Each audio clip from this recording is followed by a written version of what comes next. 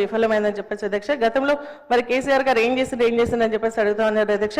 నేను కొన్ని విషయాలు చెప్తాను అధ్యక్ష, ఎక్కువ చెప్పను. ఒక 2 minutes అధ్యక్ష, ఒక 2 minutes అధ్యక్ష.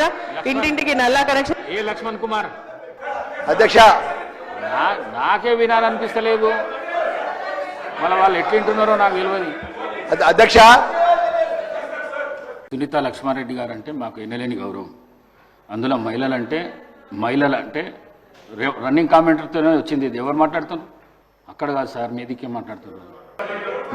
మహిళలంటే ఎన్నలేని గౌరవం నాకు 8 మంది సిస్టర్స్ ఉన్నారు.